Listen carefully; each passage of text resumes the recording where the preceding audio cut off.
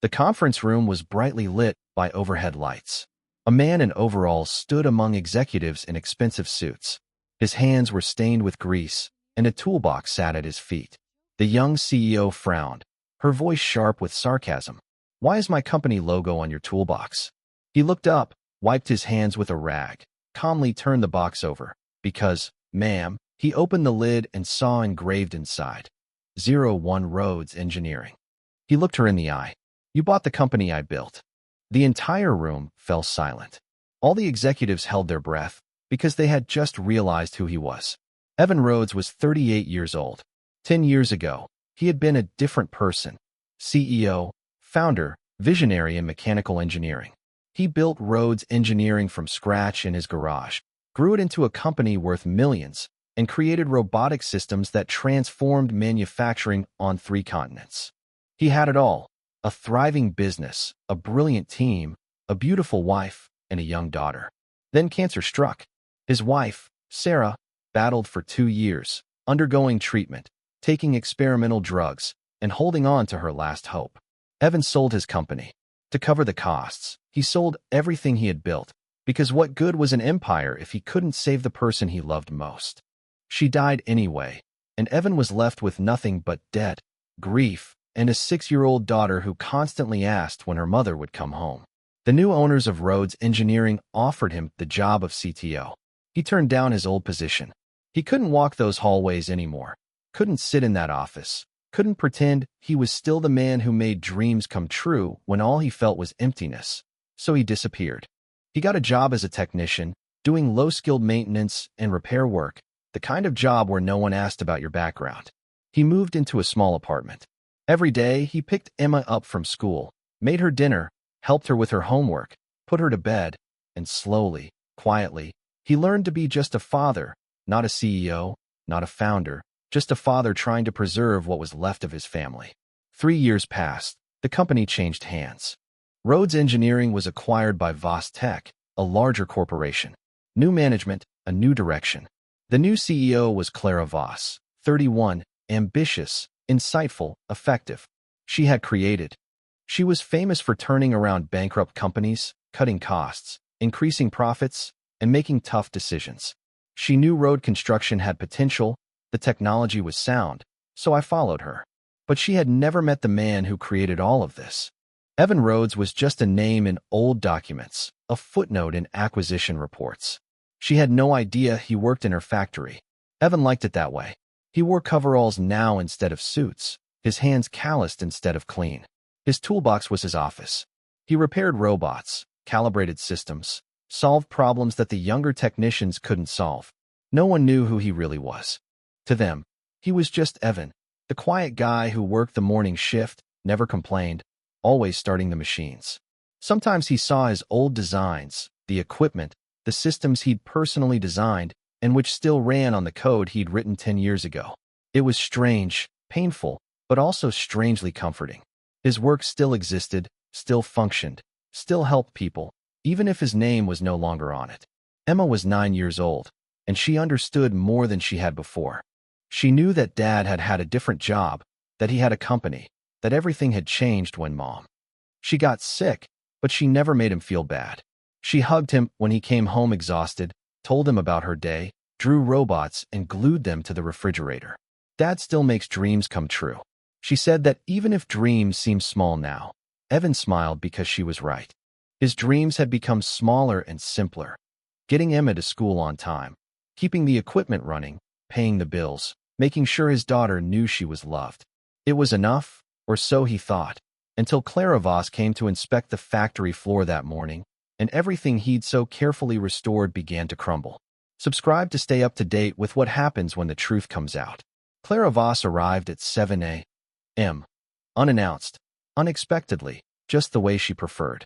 She walked across the factory floor in a formal gray suit, heels clicking on the concrete, clipboard in hand, examining every detail behind her. 3 managers scrambled to keep up, answering questions, taking notes, and trying to anticipate her next move. Ivan was in the far corner, working on an old model of the R7 robotic arm, one of his original designs from 10 years ago. The machine had been malfunctioning for weeks, and the young technicians couldn't figure out why, recommending scrapping it. But Evan knew this robot. He'd designed every circuit, every line of code, every movement pattern. It was in the process of being repaired when the guard approached. "Hey, you." Evan looked up. "You're not supposed to be working on this equipment. That's for certified engineers only." "I'm a certified engineer." "Show me your badge," Evan said, holding up his badge. "Technician level 2. The guard frowned. "It says maintenance here. You're not supposed to touch that robot. Someone needs to fix it, not you. Wait here." The guard approached Clara's group and pointed at Evan. Clara turned, studied him from across the room, then approached. Her expression was cold and impatient. "What's the problem?" The guard gestured at Evan. "I found this maintenance worker tampering with routine equipment." "I wasn't tampering," Evan said calmly. "I was repairing it." Clara looked at the robot, then at Evan, then at his greasy hands. "This device is scheduled for decommissioning next week. We'll replace it with a new R12 series. It doesn't need replacing, it needs calibration." Her eyebrow rose. "You're a maintenance technician. What? You know more about calibration than you think." One of the managers sneered. Clara's jaw tightened. "This is a waste of time. Get away from." "Machine, give me 2 minutes," I said, stepping away. The room fell silent. The other workers watched. Evan wiped his hands with a rag, looked at the robot, then at Clara. "This machine still works perfectly, you just don't know how to use it," the managers gasped. Clara's face flushed. "Sorry, the R7 has adaptive learning protocols. It adapts to the operator's actions over time. Your new employees don't understand this. They treat it like a newer model, which is why it's malfunctioning." "And how do you know that?" "Because I wrote those protocols." Clara stared at him. "You mean you understand programming?" "I'm telling you, this robot is smarter than the people operating it." Her eyes narrowed. "Prove it with pleasure." Evan turned to the machine, pressed a sequence of buttons on the control panel, adjusted 2 settings, connected a wire the previous technician had left loose, then turned on the power. The robotic arm hummed, moved smoothly, picked up a glass of water from the table, carefully turned it, and placed it directly in front of Clara. Perfect accuracy, 0 error. The managers fell silent. Clara stared at the glass, then at the robot, then at Evan. "How did you do that?" "I reset the adaptive memory and recalibrated the motion sensors. It took 90 seconds. The engineering team said it wasn't possible without replacing the main processor." "The engineering team is wrong." One of the managers stepped forward. "Sir, you can't talk to the CEO like that," Clara said, raising her hand to silence him. She stepped closer to Evan and studied his face. "What's your name?" "Evan Rhodes." Her expression didn't change. The name meant nothing to her. "How long have you been here?" 3 years. "And before that, I worked in engineering, where I worked on motion." He paused for just a second. "Here, when it was still Rhodes Engineering." Clara blinked. "You worked at the previous company?" "Yes, what did you do?" "Systems design." The room fell silent. One of the older workers in the back recognized the name. His eyes widened. Clara pulled out her tablet and typed quickly. She opened the employee records. Evan Rhodes, hired 3 years ago as a level 2 technician, previous employer. Engineer Rhodes, job title unlisted. She looked at him. "Why isn't your job title listed?" "Because I didn't want it listed." "That's not an answer. It's the only answer I'll give." Her irritation was obvious. "I don't like games anymore, Mr. Rhodes. I don't play games, I fix robots. You just broke protocol, embarrassed my security team, and made my engineering team look incompetent. I solved the problem they couldn't solve." "That's not disrespect, that's efficiency," one manager whispered to another. "Who does this guy think he is?" Clara heard it. Her voice was sharp. "That's what I'd like to know." She glanced at Evan's toolbox and noticed a logo embossed on the side, the old emblem of Rhodes' engineering department. "Why do you have that logo on a toolbox?" Evan glanced down. "It was part of the job. That's the original company logo, before the acquisition, before the rebranding. Only." She paused, her expression changing slightly, recognition beginning to sink in. Evan saw it, knew what was coming. He picked up his toolbox and started to walk away. "Wait." He stopped, not turning back. Clara's voice had quieted, less confident now. "That robot, R7, you didn't just recalibrate it. You knew exactly what was wrong, as if you'd built it yourself." Evan's shoulders tensed.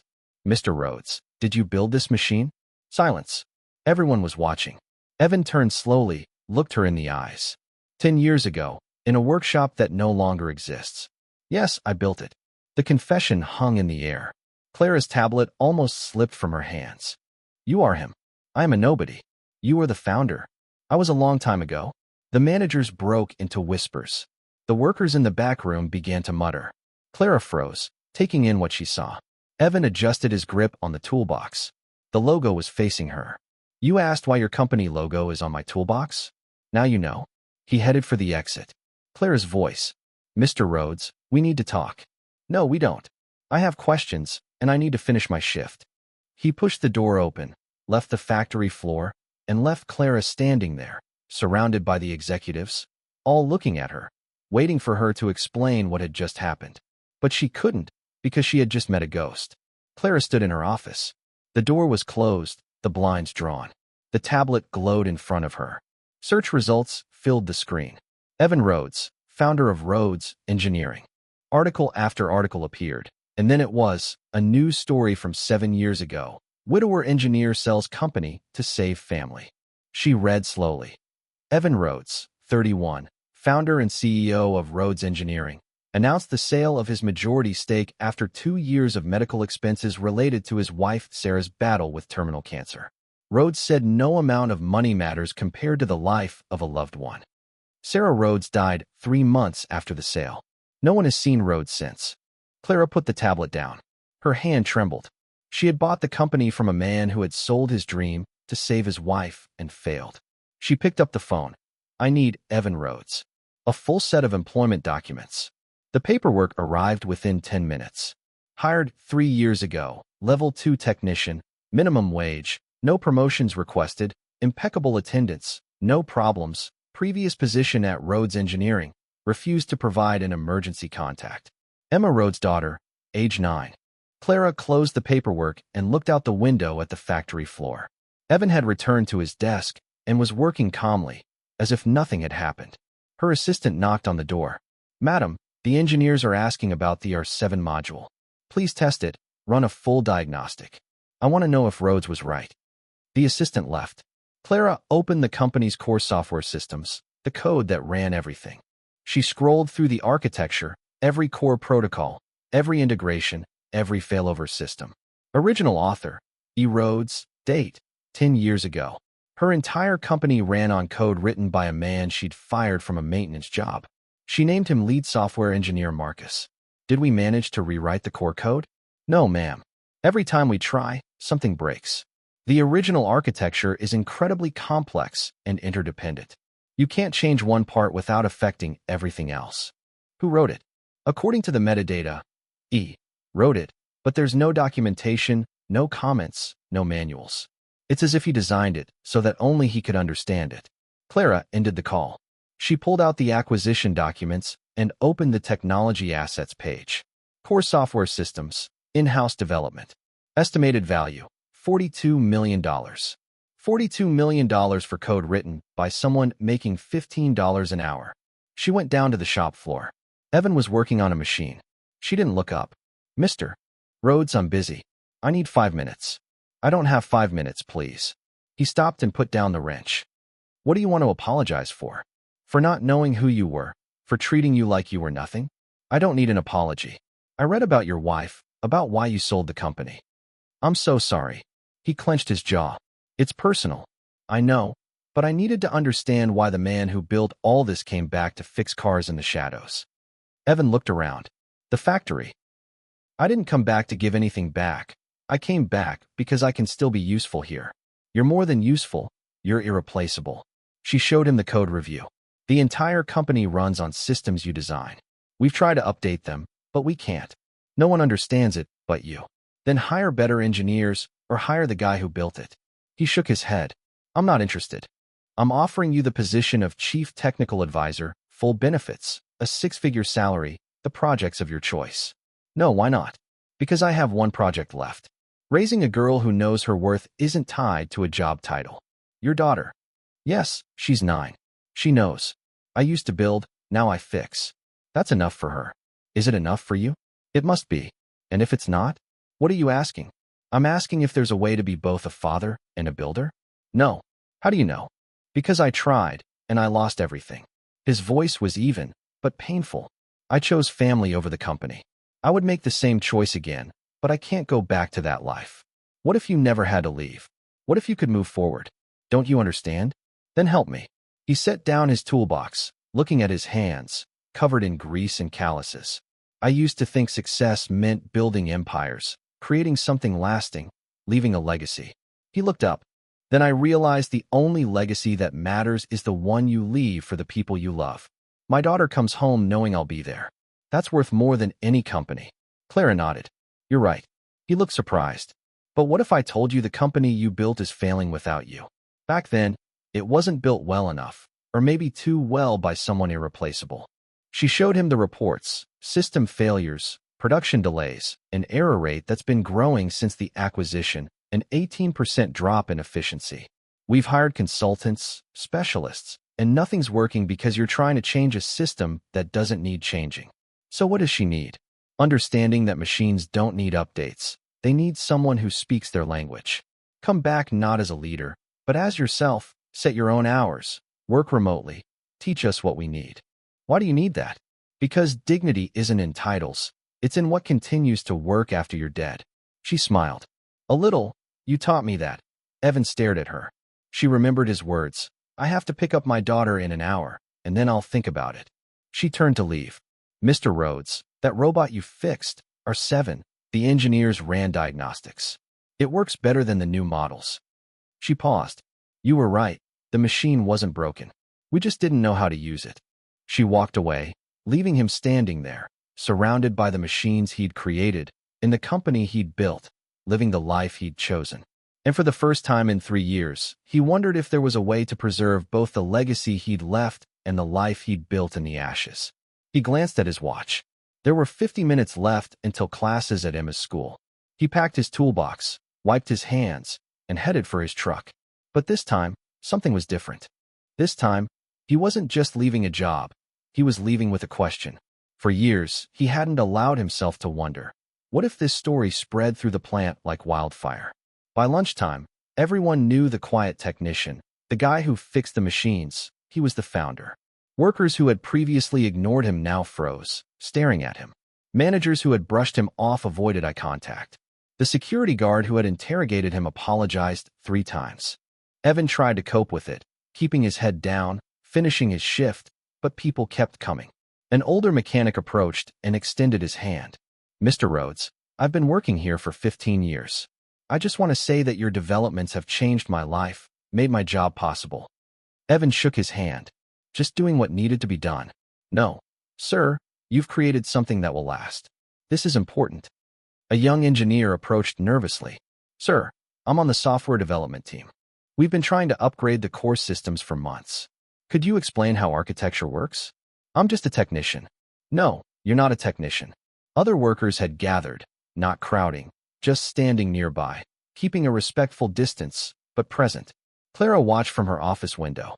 The boardroom phone rang. Clara, we've heard rumors about Evan Rhodes. Works in the plant. Is that true? Yes. Why wasn't he consulted during the acquisition? He didn't want to be found. Well, find him now, offer him whatever it takes. The stock price jumped 4% just on rumors. He's still involved. He's not interested in the money. Then what does he want? Clara looked at Evan, surrounded by workers, still holding his toolbox. Time with his daughter that day.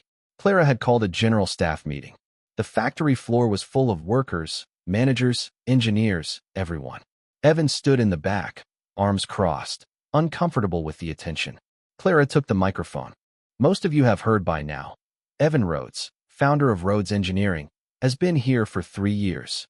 I didn't know, management replied. He chose to work quietly, without recognition, without status. She paused. That speaks to character. That's the kind of character this company was built on. She looked directly at Evan. Mr. Rhodes was offered a senior advisory position. He turned it down because he has priorities that matter more than title. The room fell silent. But I want everyone here to know something. This company runs on systems. He designed every protocol, every line of code, every machine. He built it, and when it broke, he fixed it. Not for glory, not for praise, because it had to be done. She held up a small sign and walked toward Evan. This is for you. It says, to the man who built it, to the hands that build for others. Evan took the plaque, looked at the engraving, his jaw clenching. I also want to say something. Clara's voice softened. Your silence has taught me more about leadership than any business school. You showed me that dignity doesn't come from a position, but from a purpose. The applause was weak at first, then grew. Evan raised his hand. The room fell silent. I appreciate it, but I need to clarify something, he said, looking around at the faces watching him. I didn't come back to be faded. I came back because my daughter needed stability, and this place gave me that, he said, holding up the plaque. This company doesn't need my success. It needs all of you who do your jobs, care about quality, and show up to work. He looked at Clara. I'll work part-time, flexible hours, because you're right. What I built should be clear, but my daughter always comes first. Clara nodded in agreement. Evan smiled slightly. Then it's a deal. The workers applauded again, but this time Evan let them, because maybe, just maybe, there was room for both a builder and a father. A year later, the company's anniversary celebration took place. A large hall, hundreds of employees, executives, and board members. Clara stood at the podium, addressing the crowd. This year, we've seen record growth, an 18% increase in efficiency, and 0 system failures. Failures, industry recognition for innovation. She paused. But none of that happened because of me. It happened because we learned to listen to the systems that existed and who created them. She gestured to the back of the room. Evan Rhodes has been consulting with us part-time for a year now, and in that time he's taught us something very important. You don't always have to rebuild everything. Sometimes you have to understand what already exists. The room filled with applause. Evan sat in the back row, not on stage, not in a suit, but in jeans and a shirt. Next to him sat Emma, now 10, in a dress she'd picked out herself, waving at people who smiled at them. Clara continued. Some people lead from the top, others from the bottom up. Evan Rhodes created both, and today we honor that. She invited him onto the stage. Evan hesitated. Emma nudged him. Go ahead, Dad, they want to hear you. He walked up to the stage. The applause grew louder. He took the microphone, looked at the crowd, then back at Emma. A year ago, I thought my story was over. I built something, lost it, and came to terms with it. That's how life works, he smiled slightly. And then someone reminded me that endings and beginnings aren't always two different things. Sometimes they're the same moment. It all depends on how you look at it. He glanced at Clara, and she nodded. I've learned something this year. You can't go back to who you were, but you can bring who you were into who you are now. He raised his hands, still calloused, still bearing the marks of work. I'm still a technician. I still fix cars. I still show up early and leave on time because my daughter has soccer practice, homework, and dance recitals. Emma beamed from the back row. But now I also teach. I consult. I share my knowledge, not because I need a title, but because knowledge unused is knowledge lost. He put the microphone down and started to walk off the stage. Emma ran up and hugged him in front of everyone. The audience erupted in applause, not polite, corporate applause, real applause, a standing ovation. Evan picked her up. Emma carried her off the stage, and they walked toward the exit. She whispered, I'm proud of you, Dad. I'm proud of you, too. Why didn't I do something? You reminded me. She hugged him tighter. The sun was setting outside, orange light illuminating the parking lot. Evan sat Emma down, took her hand, and asked her for ice cream. They always walked to the truck. Father and daughter. The builder and the dreamer followed them through the windows. The celebrations continued, but for Evan, the real celebration was this Tuesday evening. His daughter's hand and his ice cream on the way. Not CEO, not founder, just Dad, and that title finally felt right. Legacy isn't what you leave behind, it's what walks beside you. Quiet people who build empires don't always wear crowns. Sometimes they hold the hands of the future they've chosen to protect. Subscribe if you believe that quiet people often create the loudest legacies.